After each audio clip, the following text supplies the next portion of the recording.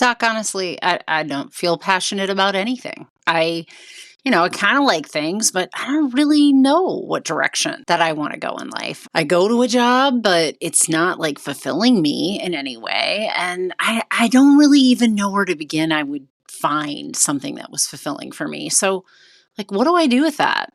This is an interesting question. Doesn't come up a ton. So, what if I told you that not all of us have some burning passion in us, that we know exactly what is to be in alignment with our passion? I mean, honestly, not all of us are just out of the womb attracted towards something and want to drive towards that in our life. So, last week when I said, well, sometimes it helps to kind of have the thing of self-care be in alignment with that place that seems to fulfill your purpose in life, but you don't have a purpose. I'm sure I lost you, to be honest. So here we're going to get to that today. Keep listening. Welcome. This is how to fix your sucky life. That's right. Maybe you're somebody who says, so life sucks. Now what, right? Fix me, doc. I don't know what to do with all of this. This is a podcast that teaches anybody who's interested in learning a little bit more about how to get control of the anxiety in their life, the stress in their life, all of those feelings that are bogging you down. I'm your host, Dr. Natalie Marr, a clinical psychologist of the last 2 decades and a trauma therapist. And I'm here to help you understand how things early in our life, things like trauma or really difficult times, impact us later in life, so much so that it drives us off course and into patterns that are not helping us. They don't serve us and they create suffering for us. And there's a lot of information swimming out there. So I know that people are looking to feel better and want to know what works. Why don't we help you fix that sucky life? I take all of the information from neuroscience, my experience over the last 2 decades, and all the fits and starts of my own personal life, and I put it all together in a toolbox for you so that you can stop just surviving and learn how to really thrive in your life. I know it's possible to get there, so let's get started. Welcome back to Life Sucks, Now What? So today we have a little kind of spin off of what we were talking about last week, which is, if you are not motivated, how do you get yourself motivated, especially if life has really kicked you in the pants? This week, a little bit more, this is kind of our first world problems, I guess, is how you would describe this. First world problem in that, finding our life's purpose in the hierarchy of getting into our needs, it is lower on the totem pole. If you don't have basic needs met, the last thing on your agenda is whether or not to have, purpose in your life. But, in both my coaching and my counseling, I know that folks are searching for something sometimes later in life, sometimes after, they've had some life underneath them. One of the things that comes up is that they feel like they've been just kind of on the hamster wheel of life, but not necessarily doing something that's in alignment with anything that really is passionate for them. And in fact, some people really struggle with this idea of passion. I just want to start this podcast by naming not everybody is passionate, and nothing is wrong with you if you're not. In fact, there just are people that aren't passionate about things, that have some likes and dislikes in different areas, but to really find what is to be in alignment with their purpose, it would take some doing for them. And it might actually be an incremental discernment of, I do this and I like it. And then I do this and I like it. And if I think about it, all of those things really in this way, whereas some of us just, it seems, come out the womb headed in a direction, right? But for sure, not everybody has a passion. And so let's just let ourselves be about that. So one of the places where this will come up when I am counseling and coaching people is when life feels blah or stuck. That, I'll kind of start to help them to uncover what is it that you want out of life. And in doing that, we will kind of uncover that they don't have a passion possibly, or, maybe they have a passion, but they've buried it so dang deep because they were on the agenda of somebody else. And that's the place where I usually start. I'm pretty sure that most of us got a memo somewhere in grade school, maybe middle school, maybe high school, but like somewhere along the line, we got a memo and the memo said, this is what to do to be a good human. And we start on that trajectory. Now, many, many times, this is highly influenced by culture, by social groups that we're in, and by family. Religion is also a big player with this. So all those things are influencing the maps in our brain. In a lot of ways, they're the map makers. So they're telling us what is right and not right. They are telling us this kind of life looks the best. So I'll take myself for an example this week. Like, I grew up in a family that was Catholic. I grew up in a family that had a lot of kids in it. I grew up in a family where my parents were married for a good almost 30 years. I think it was like 28 years when they divorced. So most of my life, I experienced that nuclear family kind of, there was a lot to it, but most of the time it was that nuclear family. Both of my parents were college educated. My dad had a master's or a near master's. I think the family lore is that he was like a credit short of his master's. Anyhow, this was the middle class family system, white, lived in a pretty good neighborhood, went to pretty good schools growing up, all those things. Like, this was the family system that I grew up in. And there was a recipe. And that recipe was go out and get a college degree, go out, get a good middle class job, and make sure in your earnings that you're putting things away for retirement. Go out and find a partner, a monogamous partner, a heterosexual partner. There are a lot of different themes that came out of my family system. And, part of why I went down different routes in my career and with my relationships had large part to do with the influence that came from my family, from my religion, from the greater culture. All that being said, I definitely have found at different junctures in my life, especially, during times where there's a lot of disruption and change. Oh, let's just say COVID was a version of that for a lot of us.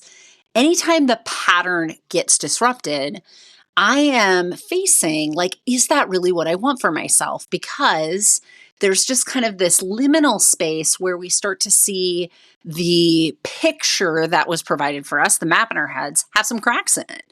And we start wondering, is this really what I want for myself? So this is usually where I start with clients, because I want to know a little bit about your family history, your cultural background, kind of what's the context that you have lived in, and where did you find these ideas of what it is to live a good life or be in alignment with your purpose or any of those things. I need to know kind of, how do you know what is that? How do you define that? Because all of us really are different. Now, some of us, are all kind of caught up in those same circles. And so there might be some similarities, but the truth is every one of us has a unique experience with this. And so every one of us really has different definitions that formulate that. Some of us might even have some programming, some social conditioning that tells us we're not allowed to want things for ourselves. We're not allowed to have ideas for ourselves. So, the idea of having a passion would be an extreme version of that we would never be able to come up with. So there's a reason why we haven't come up with that, right? That's why I normalize that right from the top. So the first thing that I'd encourage you to do, if you are in this boat of not knowing what you want, what is your passion, or you're looking for, kind of honing in on what life's purpose is and getting more into an alignment with that, is, could you extricate the stuff that isn't yours? Because that's where to begin. Like, what's me and what's not me? And sometimes it's not obvious. And so we really have to do the painstaking work of self-reflection. Therapy is helpful for that, but so is journaling, so is talking to friends, so is just, sitting in contemplation, going for a walk, kind of, turning an idea around in your head, reading things, listening to podcasts that get you thinking about that. All of those things will kind of send you down the path of, is this a thing that I wanted for myself or not? Like, start with your job. Is this a thing that I wanted for myself? Is this like something that I was looking forward to? Or was this something that like I was told I could make good money? I should have a house. I should be able to provide for my family. And so this is a good fit for all those things. If that's where you're stuck, then I want you to really question, does this serve me? This is the question of this whole podcast. Does this serve me? That's what I want you to keep coming back to. Does this serve me? Because what we want to do is get you more in alignment with the things that you think serve yourself. Second thing, this is where it gets kind of dicey. What do you believe about whether you get to have things for yourself or not? Like, if you have had some of that layered in programming that it doesn't matter if this is what you want, what's the right choice is this choice, then asking yourself, does this serve me? You might even be able to say with some honesty it doesn't, but you're not going to be able to stop yourself from going down that path because it feels so uncomfortable to do the thing that you want to do for yourself when you're being told that that's a selfish thing to do. That's somehow a bad thing to do for yourself. So I just want you to kind of, start lightly, being compassionate. If you haven't listened to my first podcast, I talked a little bit about this kind of fierce love of oneself and building up one's own self-worth and why that's so important. I'd say again, it's important here. Like really what you need to build there in that second step is the skill of loving yourself, of feeling that your worth matters in this world. It certainly matters to your world. And discovering what serves you and aligning with what serves you is the right thing to do, even if everything else in your life taught you it was the wrong thing to do. I also remind people that, old maps go to places you've already been. New maps, sometimes they have to get charted. Sometimes they have to be created before we could ever use them. So new maps, if you want to go to a new place, man, that's effortful, it's work, and it's worthy. It's totally worth it, let me just say.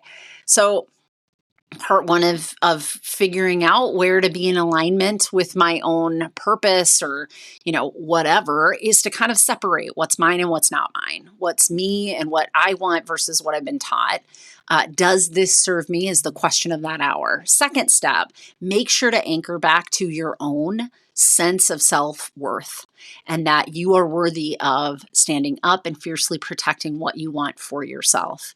Here's a big reminder to you. If you're taking care of you, everything that you're doing in your world gets taken care of too. I'll say it again. If you're taking care of you, then the you that goes out and does work, family, friendships, community, all of it gets a better version of you because you're taken care of. So at the heart of this is really self-care, self-love, and making sure that you are anchoring to serving the one and only person that you've been given in this world to take care of, which is you. I know. That's pretty provocative because you've got kids and family and all the things. True, but there's only one person in that scenario that you have 100% control over. You. So I want you to take care of you. And that's part two. Part three then is play. How we really investigate what we like and don't like is play. Kids do it naturally, but so do a lot of animals in the animal kingdom if you look around. Go on Netflix and watch one of those beautiful nature videos or Disney or wherever you get your stuff, and you'll see almost all kinds of creatures learn to play because play is how we discover. It's how we stay curious. It's how we keep it fun, and play gets lost in a world that the programming and conditioning tells you shouldn't be playing. That's a kid thing to do, and you're an adult now. I don't agree to that. I don't aspire to that, and I certainly don't teach my clients that. So I'm not going to teach it to you either. I want you to go out there and play. I want you to try things, and I don't care if you hate them and they bomb. It's a good piece of information you can tuck away and say is not for me. But if you really don't know what serves you, don't know what you like and don't know what you're attracted towards, you have to, and you owe yourself and everybody around you the benefit of learning that. The only way humans know how to do that and other living organisms know how to do that is through play. So I want you to take time, stay curious, try things that are way outside your box, try things that are closer to your box. Keep asking yourself the question of, is this me or is this not me? That first part of this, and does this serve me, right? Find something that you love and really unpack what's part of why you love that thing. I have a friend of mine that I've done a women's accountability group with before, and she has people walk through what's your big, bold intention, meaning, what would you like to accomplish? What goal are you setting? And then she'll have you, to get your ego out of the way, go through 7 whys, like just asking yourself relentlessly over and over, why? And why do you want that? And why do you want that? And so you answer, and then why do you want that? And then you answer, and then why do you want that? And it really helps to unpack kind of what's at the root, what's the root core value where all of this is anchored out of. And why is it that I really love doing that? And what you find when you start to ask those kinds of questions in self-reflection, journaling with somebody, is that, ooh, okay, that makes me understand this a heck of a lot better. And in understanding it better, then I can understand how to get it better, where else I might access that. So if you're somebody that's feeling a little blah in your life, if you're somebody that is looking for more purpose or doesn't know how to find purpose, hopefully this podcast was able to kind of anchor you to that 3-step process. First, what's me and what's not me, figuring out what are the things you've been conditioned to believe is the right blueprint, but is not the blueprint for you, is not the map for you?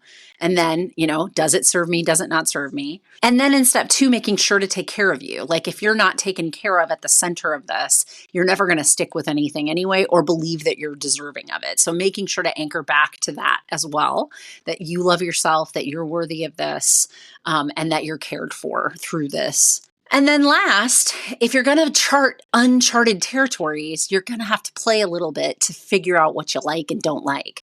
And so I am all for staying curious. It's one of my favorite statements to make.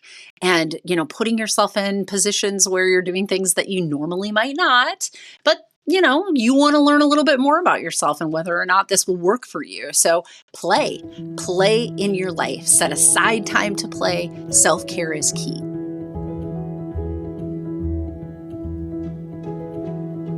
Because I am a licensed clinical psychologist in the state of Minnesota, I need to be sure that you understand this podcast is for educational and entertainment purposes only, and it is not a replacement for any mental health or medical therapy, counseling, or other treatments. I also want to be sure that if you are in crisis, that you seek out help. So I'm going to share with you here 2 different resources that you might use for yourself or someone else that's close to you in crisis.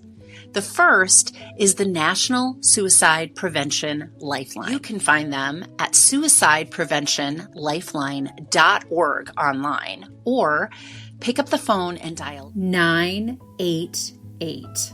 And you can talk to somebody right away if you're in crisis. Now, if you're somebody who doesn't like to pick up the phone to talk to somebody directly, there is also a crisis text line. You can find them at crisistextline.org online, or you can text HOME to 741-741, and you'll reach somebody right away to help you in crisis. Thank you so much for listening to the podcast, and I strongly encourage that you like and follow us wherever you find your podcasts. Share us if you like an episode and think somebody could use that information, and certainly leave a review if you feel like there's something that really resonated for you.